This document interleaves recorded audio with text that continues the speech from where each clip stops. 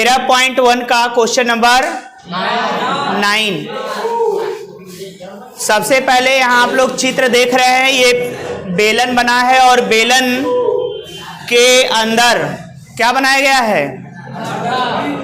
बेलन के अंदर एक गड्ढा बनाया गया है और यह दोनों सिरों पर है, ऊपर भी है और नीचे भी है। और प्रत्येक सिरे का हमें क्या निकालना है? पृष्ठीय क्षेत्रफल निकालना है। उसके बाद फिर बेलन का पृष्ठीय क्षेत्रफल निकालना है। दोनों को जोड़ करके बेलन का संपूर्ण पृष्ठीय क्षेत्रफल अथवा वस्तु का संपूर्ण पृष्ठीय क्षेत्रफल प्राप्त करना है। देखिए, इसके लिए दिया गया क्वेश्चन में बेलन की ऊंचाई 10 सेमी। कितना है बेलन की ऊंचाई? 10 सेमी। यहाँ से लेकर के यहाँ तक की जो ऊंचाई है वो 10 सेमी है। आधार की त्रिज्या, यह जो आधार बेलन का है इसकी त्रिज्या यहाँ से लेकर के यहाँ तक दिया है 3.5 सेमी। यदि हम इसी 3.5 सेमी को ऐसे लिखें तो ये 7/2 सेमी होगा ना। देखिए यहाँ पर आधार की त्रिज्या हो जाएगा 7/2 सेमी। बेलन के दोनों सिरे पर बने अर्धगोलाकार गड्ढे का पृष्ठीय क्षेत्रफल, यानी इसका पृष्ठीय क्षेत्रफल और इसका पृष्ठीय क्षेत्रफल दोनों का निकालना है। तो दोनों का निकालने के लिए देखिए हमने क्या किया, 2 का गुणा कर दिया, यानी 2 गुणे अर्धगोले का जो पृष्ठीय क्षेत्रफल होता है वह 2πr² होता है ना। दोनों आधार पर बना हुआ है अर्धगोला, इसलिए ये 2 गुणे 2πr² होगा। और नीचे देखिए यहाँ 2 दूनी 4 हो जाएगा, पाई का मान 22/7 गुणे आर का मान 7/2 गुणे 7/2 और सॉल्व करेंगे। 2 दूनी 4, ये 4 से ये कट जाएगा, 7 से ये कट जाएगा। उसके बाद 22 का 7 में गुणा करेंगे तो 154 सेमी स्क्वायर, 154 सेमी स्क्वायर बेलन का बग पृष्ठीय क्षेत्रफल। हम जानते हैं कि बेलन का जो बग पृष्ठीय क्षेत्रफल होता है वो 2πrh होता है, और बेलन का अगर संपूर्ण पृष्ठीय क्षेत्रफल की बात करता तो 2πrh + r, यही होता है ना।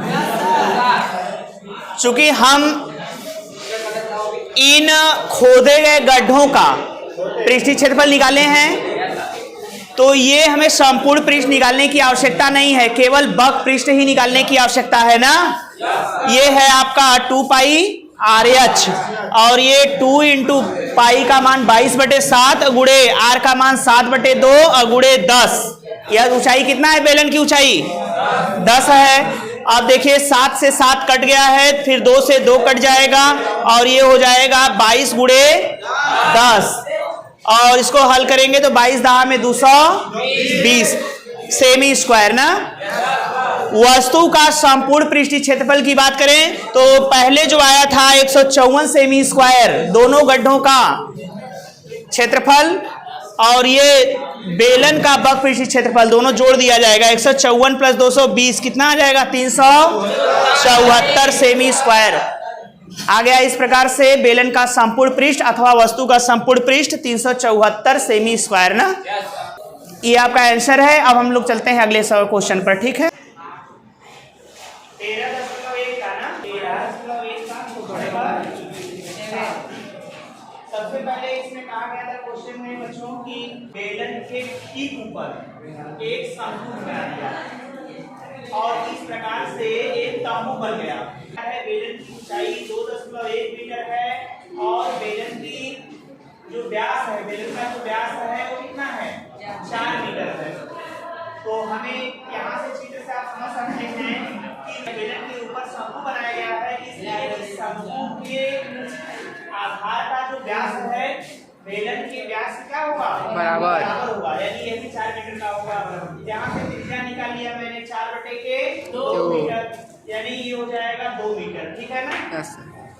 और ये कहा है कि इसके ऊपर चारों तरफ से तंबू हो जाता है, उसके ऊपर कैनवस लगाना है ना, तो उसका पूरा क्षेत्रफल कितना होगा निकालना है। और कहे कि 1 मीटर स्क्वायर क्षेत्रफल का कास्ट कितना आता है? 500 रुपया।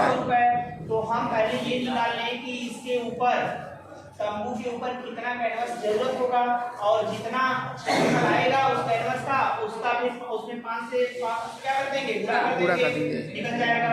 तो दूसरे ये बेलन का बग पृष्ठीय क्षेत्रफल पहले निकालेंगे 2 पाई RH और फिर शंकु का बग पृष्ठीय क्षेत्रफल पाई R और शंकु की त्रिज्या ऊंचाई दिया गया है L बराबर 2.8 मीटर।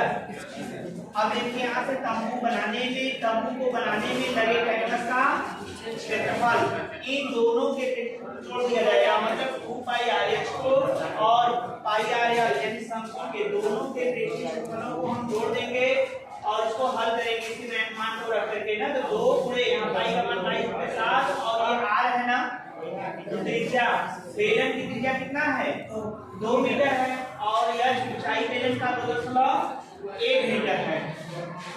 पाई यहाँ भी रखेंगे 22 मीटर के साथ होंगे 8 का मान 2 मीटर और ये जो ऊंचाई दिया गया है और 2.8 है।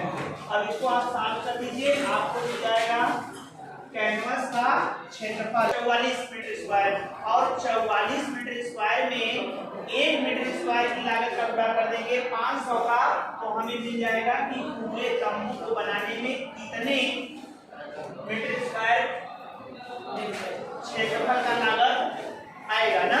पूरी लागत निकल जाएगा 22,000 आएगा, ठीक है। तो पूरे तंबू को बनाने में जो कैनवस का लागत लगा है 22,000, ठीक है ना। चलिए नेक्स्ट क्वेश्चन पे चलते हैं हम लोग, क्वेश्चन नंबर 8 पे।